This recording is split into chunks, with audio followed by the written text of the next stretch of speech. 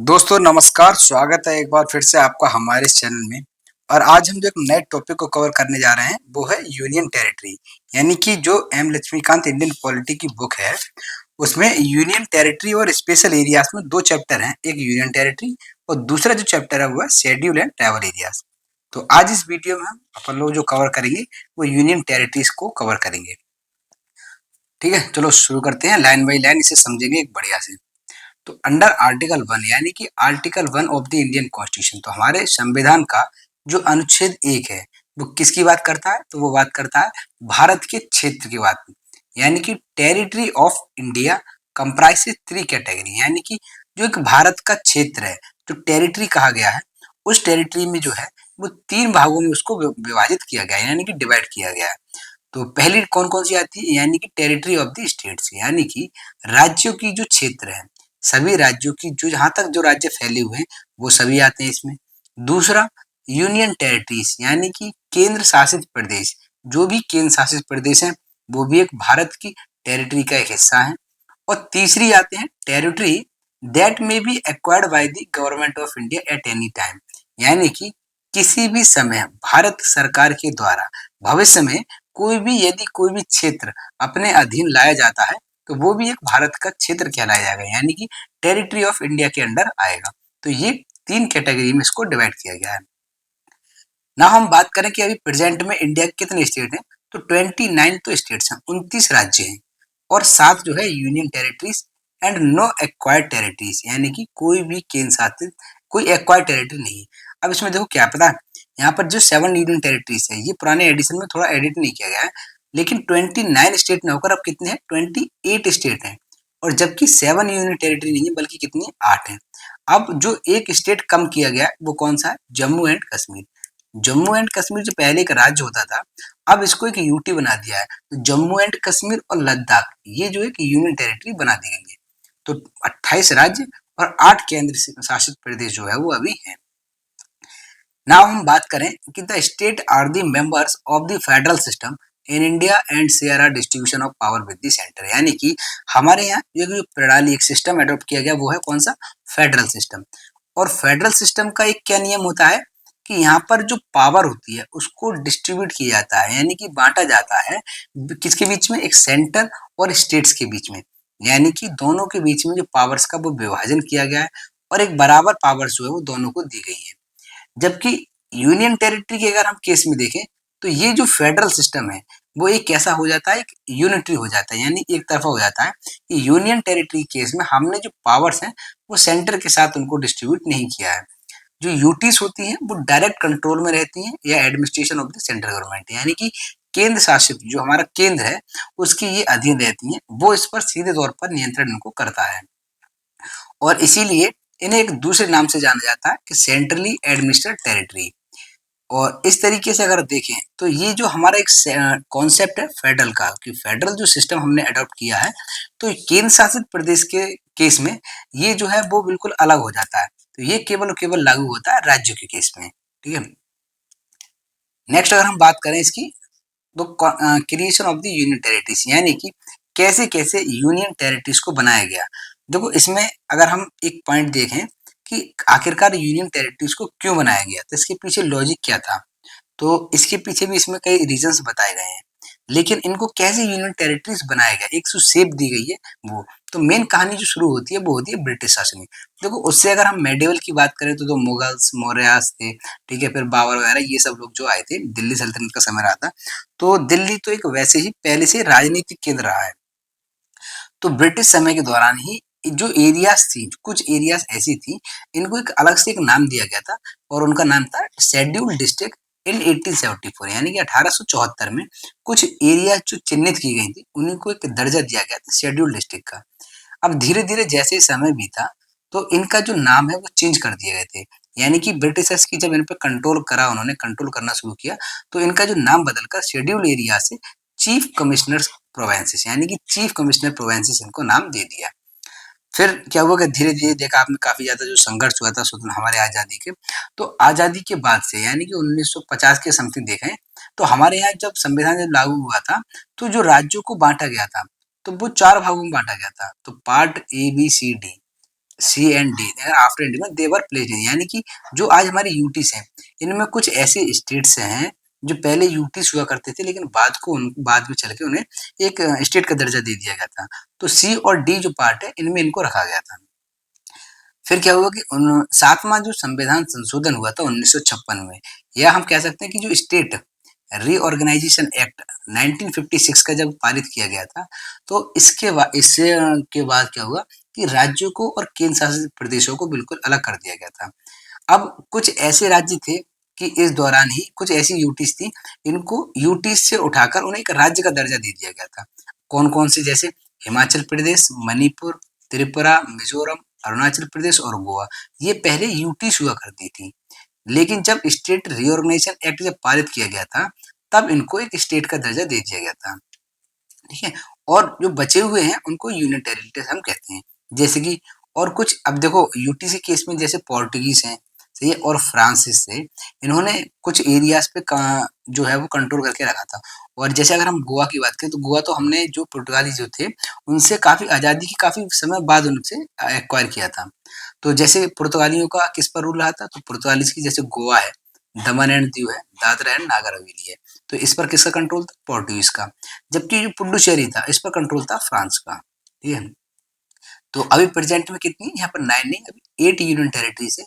और इसमें बताया गया कौन सी कब बनी थी, तो अंडमान निकोबार आइलैंड 1956 में, दिल्ली 1956 में केंद्र शासित प्रदेश बनी थी, लक्षद्वीप 1956 में, दादरा एंड नागर हवेली 1961 में, दमन एंड दीव 1962 में, पुडुचेरी 1962, चंडीगढ़ 1966, जम्मू एंड कश्मीर 2019। इसके हिसाब से देखें तो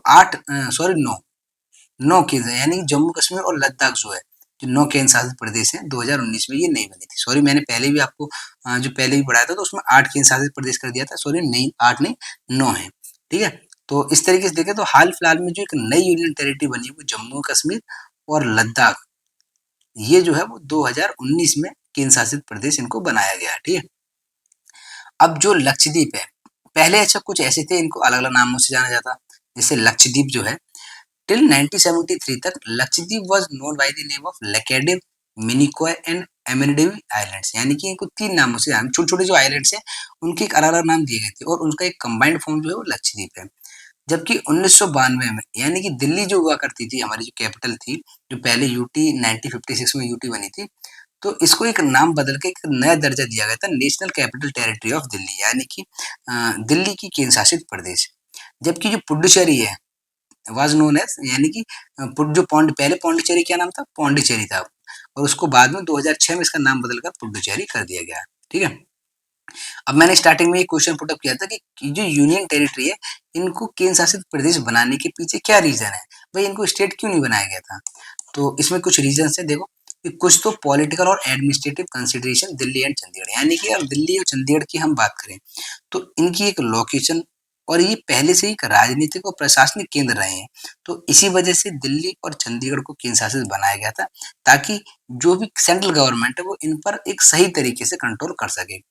दूसरा, कल्चरल एंड डिस्टिंक्टिवनेस, यानी कि कुछ जो है वो कल्चरल पॉइंट ऑफ व्यू से, जैसे पुडुचेरी है, दादरा एंड नागर हवेली है, दमन एंड दीव है, यहाँ का कल्चर जो थोड़ा अलग है, तो उसी कल्चर को प्रोटेक्ट करने के लिए इनको एक यूटीज का दर्जा दिया गया।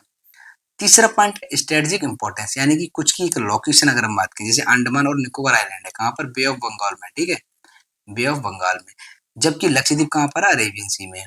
तो इनकी अगर लोकेशन देखें तो एक बीच समुद्र में है, और वहां से इनको कंट्रोल करना, अगर इनको राज्य का अगर दर्जा दे दिया था तो ये कल को क्या है कि जैसे ही बाद में डिमांड करते कि अलग राज्य की, अलग देश की भी मांग कर सकते थे। ठीक है? तो इनकी लोकेशन की वजह से भी इनको सेंटर ने अपने कंट्रोल में रखा, और कंट्रोल में रखने के लिए इनको यूटीज बनाया गया था।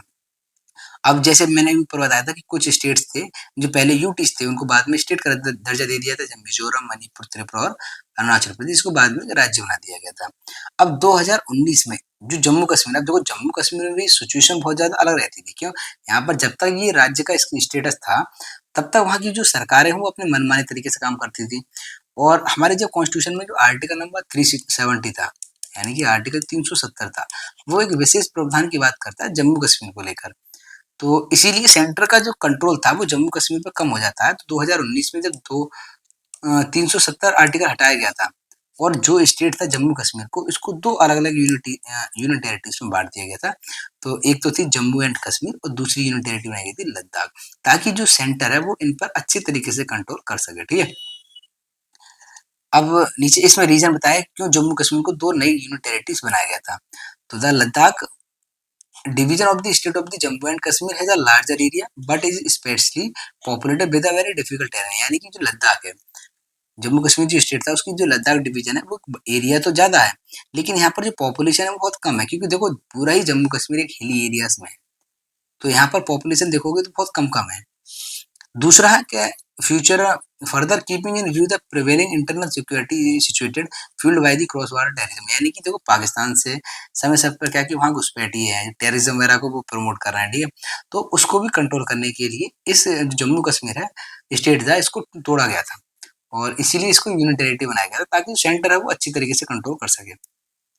ना हम बात करते हैं यूनियन टेरिटरीज के एडमिनिस्ट्रेशन को लेकर कि इसका जो प्रशासन है वो कौन संभालता है और कैसे इसका प्रशासन काम करता है यूटीज में। तो आर्टिकल नंबर 239 से लेकर 241 तक यानी कि पार्ट जो 8 है हमारे संविधान का वो केंद्र शासित प्रदेश यानी कि यूनियन टेरिटरीज को डील करता है कि कैसे यूनियन टेरिटरीज को एडमिनिस्टर किया जाएगा, कौन कौन से राइट्स होंगे इनके पास, उन सभी चीजों के बारे में ये बात करता है।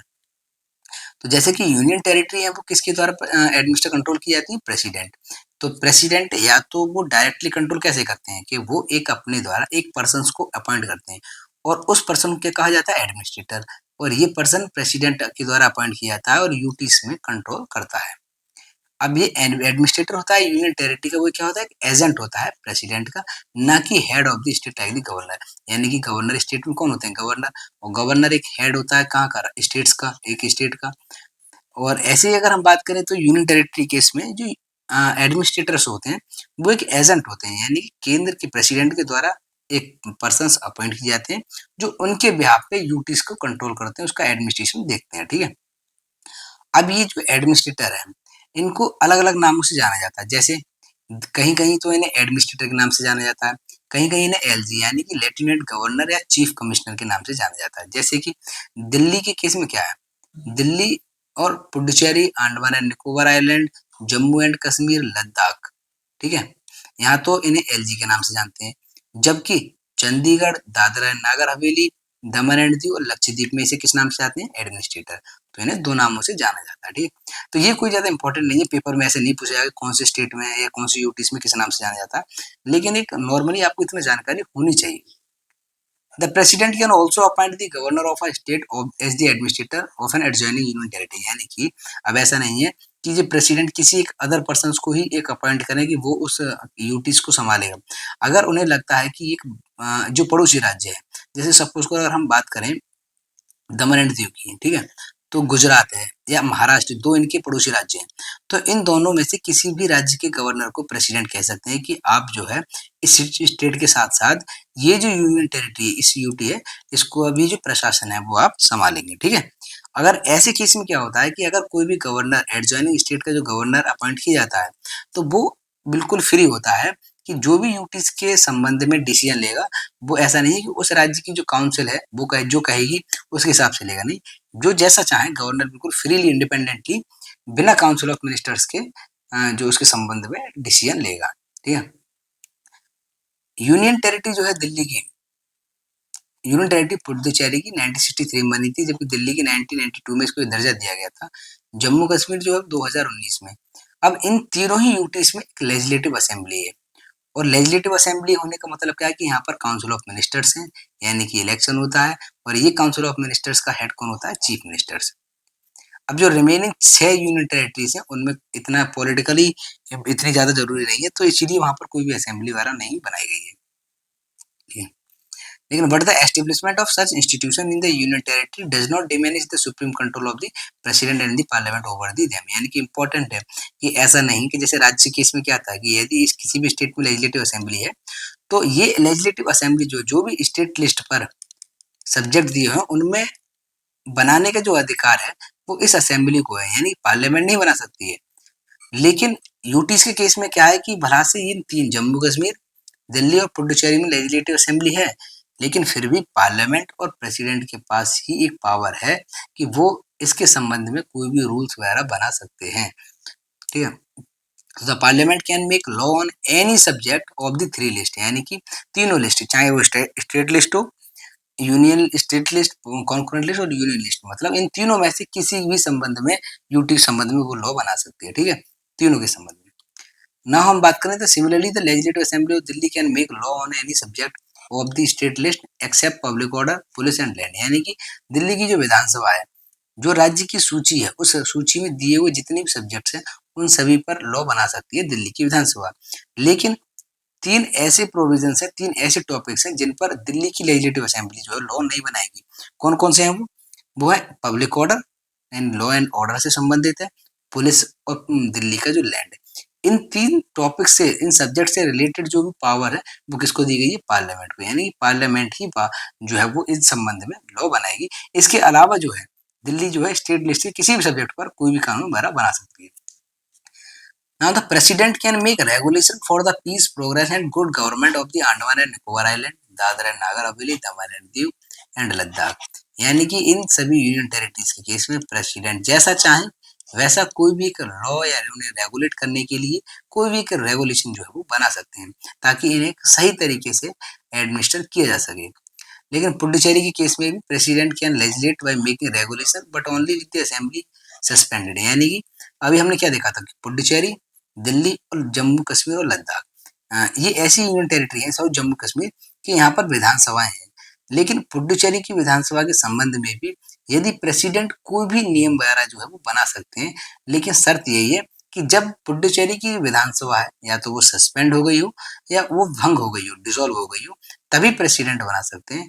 अन्यथा वो अगर बनाते तो असेंबली जो है यूटीज की, वो उसको कंसीडर करेगी और उसके बाद वो है वो लॉ प्रेसिडेंट का अप्लाई किया जाएगा। ठीक है, तो the parliament can establish a high court for the union territory or put it under the jurisdiction of the high court of adjacent state, यानी कि ये पावर किसको दी गई है, पार्लियामेंट को। तो पार्लियामेंट जो चाहे तो कोई सी भी यूटी से उनमें एक उनका अपना एक निजी हाई कोर्ट जो है वो स्थापित कर सकती है।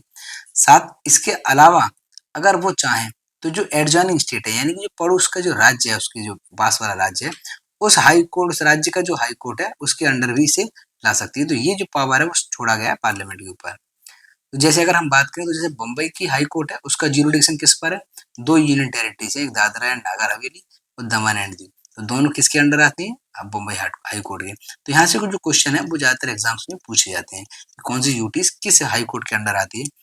जबकि अंडमान और निकोबार आइलैंड है, ये किसके आती है, चंडीगढ़, लक्षद्वीप यानी और पुडुचेरी आर पे। तो अंडमान निकोबार आइलैंड जो है वो कलकत्ता हाई कोर्ट के अंडर आता है, जबकि चंडीगढ़ जो है वो पंजाब और हरियाणा हाई कोर्ट के अंडर आती है, लक्षद्वीप केरल के, और पुडुचेरी जो है वो मद्रास हाई कोर्ट के अंदर जो है वो आती है। जबकि Jammu and Kashmir high court is common high court है for the two union territories of Jammu Kashmir and Ladakh, यानी कि जम्मू कश्मीर और लद्दाख दोनों के लिए एक ही कॉमन हाई कोर्ट है, वो है जम्मू एंड कश्मीर का हाई कोर्ट। तो इस तरीके से अगर हम देखें तो हमारा जो कॉन्स्टिट्यूशन है उसमें कोई अलग से एक प्रोविजन नहीं बनाया गया है जो बात करता हो कैसे एक्वायर्ड टेरिटरीज, यानी कि भविष्य में यदि कोई भी एक क्षेत्र किसी भी, जैसे आप सपोज करो कि अगर अभी 2025 या 26 में इंडिया ने हमला किया और म्यांमार को अपने यहाँ मिला लेता है, तो उसको कैसे डील करना है, क्या नहीं करना है, तो इसके लिए कोई अलग से प्रोविजन वगैरह नहीं है। ठीक है, और the constitutional provision for the administration of the union territory also apply to the acquired territories, यानी कि जो यूनियन टेरिटरी को कैसे उन्हें संभालना है उसके संबंध में प्रोविजन है वही एक्वायर्ड टेरिटरीज पर भी लागू होंगे। अब इसमें बात करते हैं कि special provisions for the Delhi, यानी कि दिल्ली के लिए संबंध में विशेष प्रावधान किया किए गए हैं। तो 69 कॉन्स्टिट्यूशनल अमेंडमेंट एक्ट 1991, यानी कि 1991 में जो संशोधन किया गया था, उस वो क्या है कि दिल्ली जो है एक यूनियन टेरिटरी जो है उसको एक स्पेशल स्टेटस देता है, और स्पेशल स्टेटस किस नाम से देता है कि national capital territory of the Delhi, और इसको संभालने के लिए एक एडमिनिस्ट्रेटर की बात करता है, और इस एडमिनिस्ट्रेटर को क्या किस नाम से जाना जाता है, लेफ्टिनेंट गवर्नर यानी कि एलजी। साथ ही साथ इस प्रोविजन के अनुसार ही लेजिस्लेटिव असेंबली बनाई जाती है यहाँ पर, और लेजिस्लेटिव असेंबली है तो एक काउंसिल ऑफ मिनिस्टर्स हैं, और जिसका इलेक्शन कराया जाता है असेंबली डायरेक्टली किसके द्वारा, दिल्ली की पॉपुलेशन के द्वारा इनको चुना जाता है। वहीं अगर हम बात करें असेंबली की जो स्ट्रेंथ है वो कितनी फिक्स की गई है, तो 70 जो मेंबर है वो फिक्स की गई है कि ज़्यादा से ज़्यादा केवल 70 मेंबर ही दिल्ली की जो लेजिस्लेटिव असेंबली है इसके सदस्य होंगे, जो कि सीधे तौर पे दिल्ली की पॉपुलेशन के द्वारा चुने जाएंगे। अब जो इलेक्शन कंडक्ट कराया जाता है by the election commission of the India, very very important, क्योंकि स्टेट के केस में हमने क्या देखा था कि स्टेट के केस में एक स्टेट इलेक्शन कमीशन होती है, ठीक है, जो कि स्टेट की जैसे पंचायत हैं और म्यूनिसिपैलिटीज हैं, इनका इलेक्शन कंडक्ट कराती है, ठीक है। लेकिन यूटीज का केस में अगर कहीं भी विधानसभा है तो वहां पर जो इलेक्शन कमीशन ऑफ इंडिया है, ये भारतीय जो चुनाव आयोग है, वो इलेक्शन कंडक्ट कराता है, ठीक है। Assembly can make law on all the matters of the state list and the concurrent list except the matters on the state list. अभी हमने देखा था कि दिल्ली में जो क्या है, पब्लिक ऑर्डर, पुलिस और लैंड को छोड़कर राज्य की सूची के सभी मामलों पर दिल्ली की विधानसभा जो है वो कोई भी नियम या कानून वगैरह बना सकते हैं ना। अगर हम बात करें कि यहाँ की जो लेजिस्लेटिव असेंबली की जो टोटल स्ट्रेंथ फिक्स की गई है 70, तो इसकी जो काउंसिल है, काउंसिल ऑफ मिनिस्टर्स की कितनी स्ट्रेंथ फिक्स की गई है, तो वो की गई है 10%, यानी कि 10% का मतलब है कि 7 जो है वो इसके काउंसिल ऑफ मिनिस्टर्स के मेंबर होंगे, केवल 7 से ज्यादा नहीं होंगे, जिसमें 6 मंत्री होंगे और एक क्या होगा, मुख्यमंत्री है, ठीक है। अब इसका जो मुख्यमंत्री होता है, चीफ मिनिस्टर होता है, किसके द्वारा अपॉइंट किए जाते हैं, प्रेसिडेंट के द्वारा, ठीक है, ना कि एलजी के द्वारा। वेरी वेरी इंपॉर्टेंट लाइन है ये कि दिल्ली की जो विधानसभा है, वहाँ के जो मुख्यमंत्री है वो किसके द्वारा अपॉइंट किए जाते हैं, तो वहाँ के प्रेसिडेंट के द्वारा, ठीक है।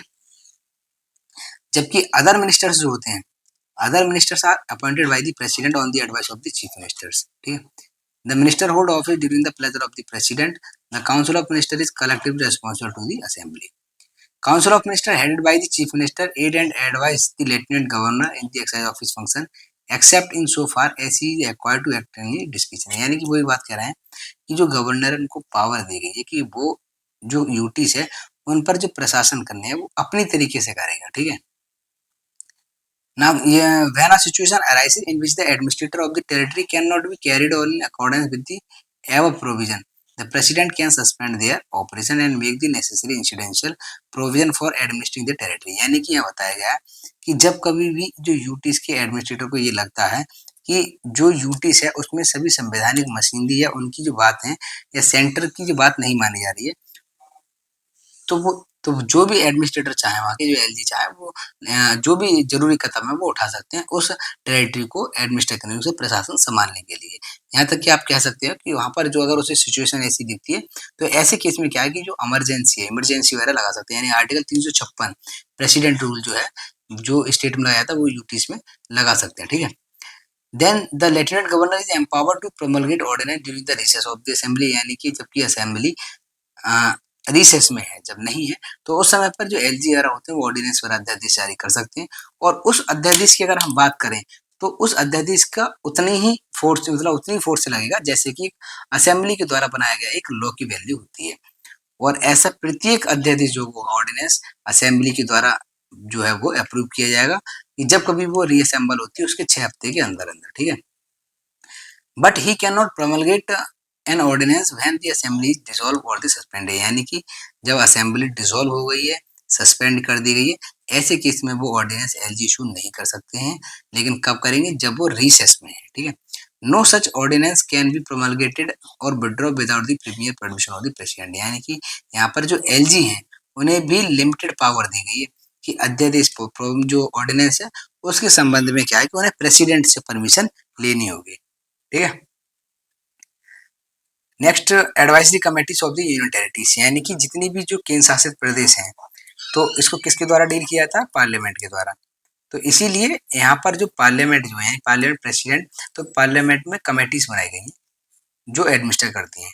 तो union government of India allocation of business rules 1961, ministry of home affairs Sidhi nodal ministry होती है सभी मामलों को लेकर यूनियन टेरिटरीज के, ठीक है, चाहे वो लेजिस्लेशन से रिलेटेड है, फाइनेंस से रिलेटेड है या बजट से रिलेटेड है।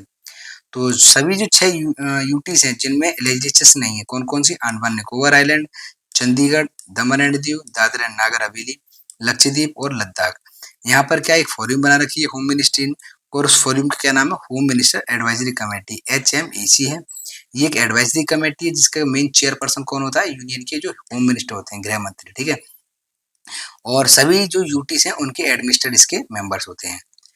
The member of the parliament and elected member from the local bodies, example district panchayat, municipal council of the respective UTs are member of these committees among the others. Now हम बात करते हैं कि